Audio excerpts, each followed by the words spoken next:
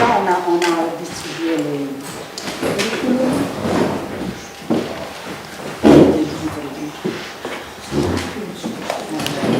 Je vais vous dire d'ailleurs bonjour tout d'abord. Et tout d'abord, merci à ce musée fantastique, très beau. Merci à Xenia qui est devenue une amie, vite fait, parce qu'on s'est contacté il n'y a pas longtemps, comme elle vous a raconté. Mais c'était un contact tellement sympathique d'un coup que je me suis dit, tiens, il faut absolument que je passe voir ce musée. J'avais vu sur la page, ça a l'air d'un musée comme il est, plein d'amour, dans un village qui a besoin de vivre, et c'est ce qu'elle fait. Et donc, comment passer pas trop loin pour les vacances, mon mari, qui est mon complice, pas seulement mon compagnon de mon écriture, mes livres, a bien voulu donc m'accompagner ici. Et c'est pour ça qu'on est là aujourd'hui. Et c'est avec grand plaisir.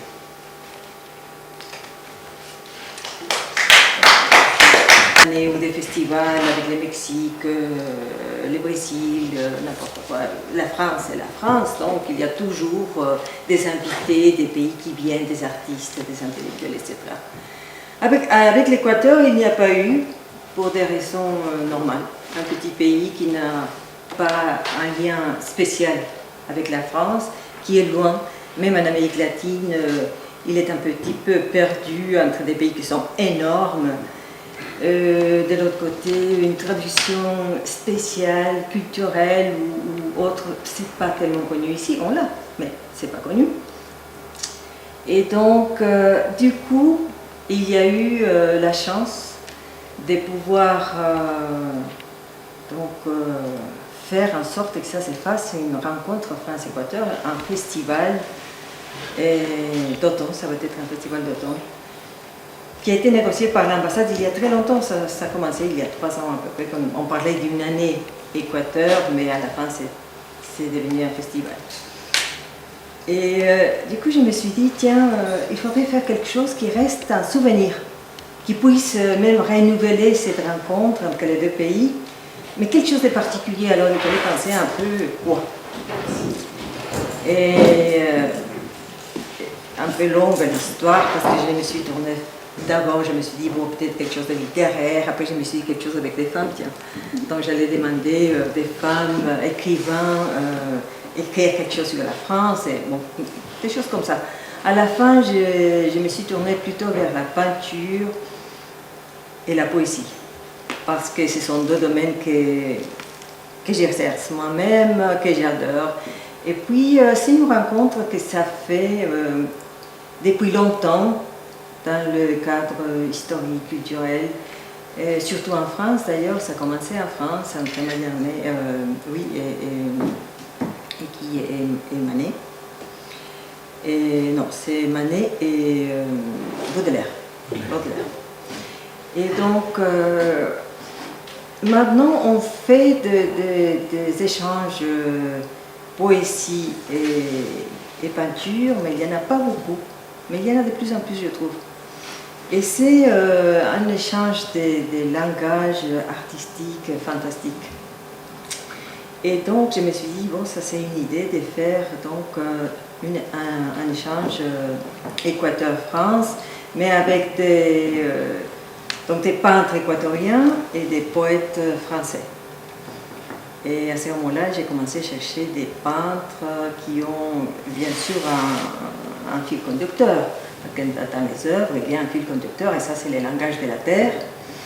Et du côté, par contre, des poètes, j'ai choisi un groupe de poètes français très connus, des personnalités qui sont ouvertes au monde et capables de vouloir faire avec une telle aventure. C'est une vraie aventure.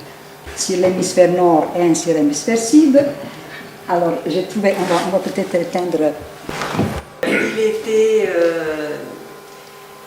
très curieux de vraiment savoir, et personne ne savait parce que je n'avais pas parlé de ça, c'était un projet qui, bon, c'était déjà presque fini, mais quand même, c'était un projet donc Et je lui dis, écoute, là, vraiment, quel problème, je suis obligée pratiquement de dévoiler les projets, mais c'est pas un problème. Donc j'ai parlé un peu ce que j'étais en train de faire.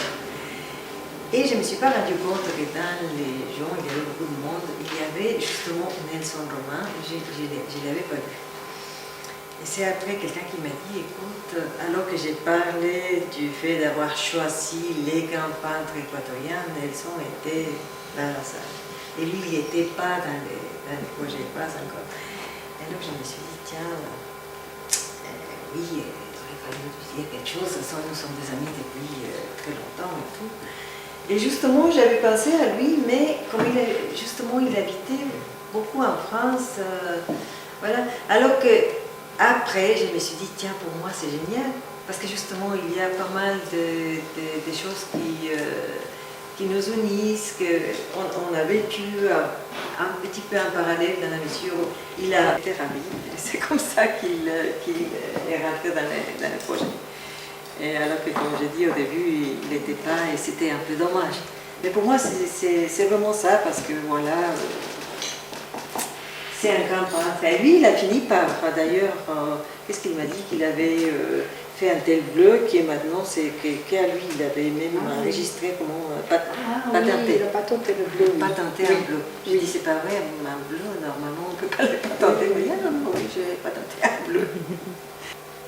Dans les courants du temps, les tremblements du pinceau, murmurant, souvenir, désespéré, tâtre, entre Quito et Paris, murmurant, chemin, au bord dénudé, étale,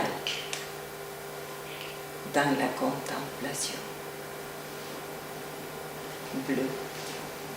Les bleus. Il ne me dit pas une couleur, mais dit un climat, une ambiance, un théâtre,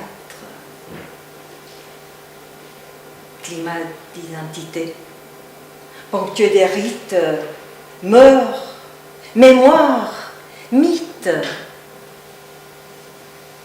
ambiance du haut plateau andin, avec son arcane salutant, son arc-en-ciel suspendu près du soleil.